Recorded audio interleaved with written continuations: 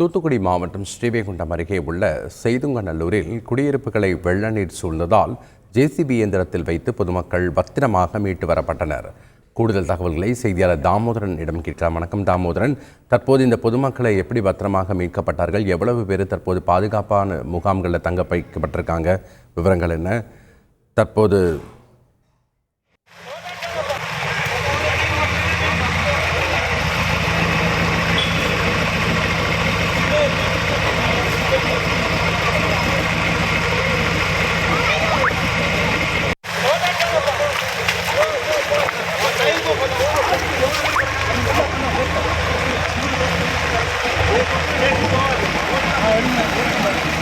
தாமோதரன், தகவல்கள் என்ன?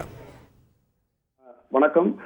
அதாவது இந்த தூத்துக்குடி மாவட்டத்துல காலை முதலே கனமழை பெய்து வர தொடர் கனமழை காரணமாக பல்வேறு பகுதியில் உள்ள வீடுகளுக்கு வெள்ள மழைநீர் புகுந்துள்ளது. இதன் காரணமாக அங்குள்ள மக்கள் பாதுகாப்பான இடத்திற்கு கொண்டு செல்லப்பட்டு வருகின்றனர். தொடர்ந்து கொண்டு வரப்பட்டு வருகின்றனர். மேலும் சிறுவைகுண்டம் மற்றும் திருச்செந்தூர் வரையான ஏராளமான குளங்கள் உள்ளன. அந்த குளங்கள் அனைத்தும் தற்போது நிரம்பி மறுகால் பாய்ந்து பல்வேறு இடங்களில் சிறு சிறு உடைப்புகளும் ஏற்பட்டு அதன் அருகில் உள்ள வாய்க்காலிலும் விழுந்து வாய்க்காலும் நிறைந்து வீடுகளுக்குள் அந்த தண்ணீர் புகுந்து வருகின்ற காரணத்தால் மீட்பு பணிகள் என்பது வாகனங்கள் மூலமாக மீட்பு பணிகளை செய்ய முடியவில்லை. ஏனென்றால் மார்பளவுக்கு நீர் உள்ளதால் அங்கு அந்த இதுகள் செய்ய முடியவில்லை.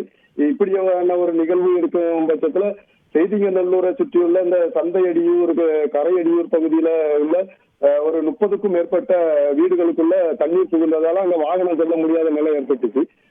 இதனால அங்க இருந்த ஜேசிபிய வச்சு அந்த ஜேசிபி மூலமா அந்த ஜேசிபி உள்ள பட்ஜெட்டுக்குள்ள ஆட்களை உட்கார வச்சு அதை அங்க இருந்து திருப்பி அந்த ஜேசிபி மூலமாவே கொண்டு வந்து அந்த அருகில உள்ள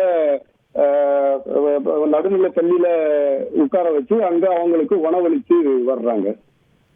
நன்றி தாமோதரன், உங்களுடைய கள தகவல்களுக்கு. செய்திகளை உடனுக்குடன் தெரிந்து கொள்ள உடனே சப்ஸ்கிரைப் பண்ணுங்க.